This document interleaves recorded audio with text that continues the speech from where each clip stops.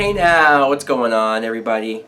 My name is Mike Brown, aka ReviewKingMB, and I am here to review The Hills Have Eyes, the unrated cut, obviously. This is the 2006 remake. It was remade from the original made by Wes Craven. This is also produced by Wes Craven, so he's still involved, but this time it was directed by Alexander Aja. I don't know. Maybe I completely butchered that name. I apologize. But the plot of this movie is fairly similar, almost the same thing as the original movie, where we meet this family. More importantly, this character Doug, who his wife, their little baby daughter, they're driving across country with his wife's family, so her father, her mother, her brother, sister, all of them. They run into this guy at a gas station who he gives them wrong information of how to go through the hills. Supposedly it's gonna be easier. But no, he's really just sort of feeding them to these people that live in the hills.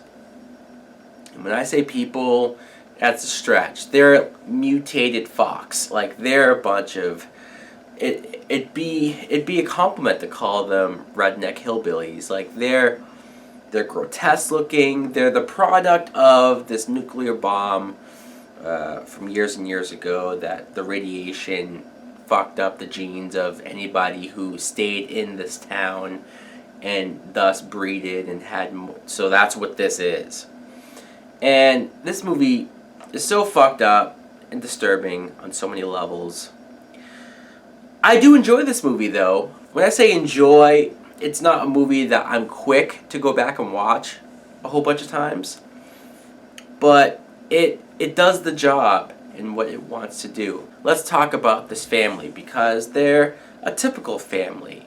Not to the point to where they're boring or mediocre or that you don't care about them. They're typical in the sense that they kind of have their own story going on, where the father, he doesn't really like the character Doug all that much. They butt heads a little bit, but obviously, like, they're in this trip together. The mom is sort of religious, and she's wanting to pray every 5 minutes.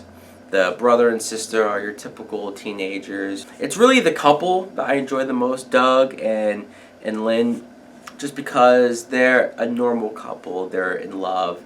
You know, every time Doug's complaining about something that the father or somebody said, she's trying to keep him level-headed. But when shit hits the fan, man, does it hit the fan.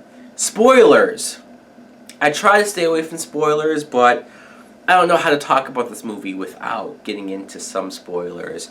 It's a little graphic, but the father is the first one to go. He gets taken, and just what happens to him when they strap him up to that, like, display and set him on fire, and you see him burning alive. Fuck! Did that look real? It was horrifying. And then the wife and his kids are watching him burn. But they did that. They almost created a distraction so that the youngest daughter, they raped in the RV, and then when Lynn goes in there, she's trying to get her baby back, and they all have names. Pluto, Jupiter, Uranus, I don't know, they all have weird fucking names. One of them shoots Lynn in the head, which probably hurt the most. I mean, the mom also gets shot. Obviously, like I said, what happens to the father. But Lynn getting shot in the head, that hurt because she was such a sweet character, nice character. She was the wife. She was doing whatever she could to save her baby, and fuck, completely unexpected. And then the last half of the film becomes like a revenge movie where Doug steps up, and him and his dog fucking go into the hills and he's willing to do whatever he can to get his baby back or die trying. And it's one of those things where, sure, the movie puts you through hell watching all of this happen to this family. You feel like shit watching it, but seeing Doug get this revenge is so satisfying, so needed after however long it is before we get to it. That's where the feel good moment comes in. And also, Doug, the actor, is Aaron Stanford. He looks just like a normal, average guy. Nothing too special.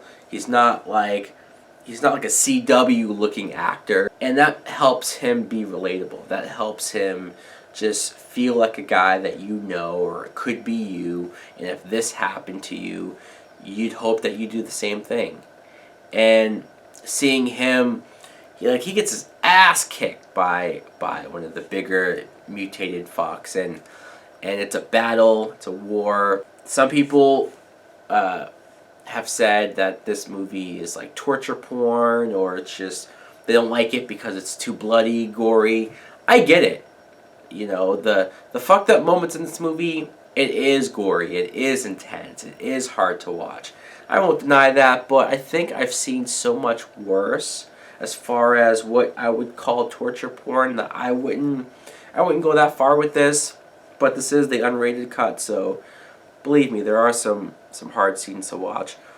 There is one noticeable change. I mean, there's a few changes from the original, but one change is this character, Ruby, who was one of the mutated people, but she doesn't really side with them. She doesn't like them. She actually ends up helping the family to a certain extent, so a nice touch. All in all, again, I enjoy this film for what it is. I mean, it's not a movie that I watch all the time, sure. It is bloody, gory, violent. It's disturbing to watch. It's fucked up on a lot of levels. But it's one of those movies where, and I think that's why I also appreciated the original. It's an idea, it's a concept, it's a story to where I put myself in that situation. And those are some of the best horror movies to where you just go, fuck. If I was in this situation, what the fuck would I do? Anyways, guys, let me know in the comments below if you too have seen The Hills Have Eyes, the remake. Did you like it? Thanks for watching. Like, comment, subscribe. Later!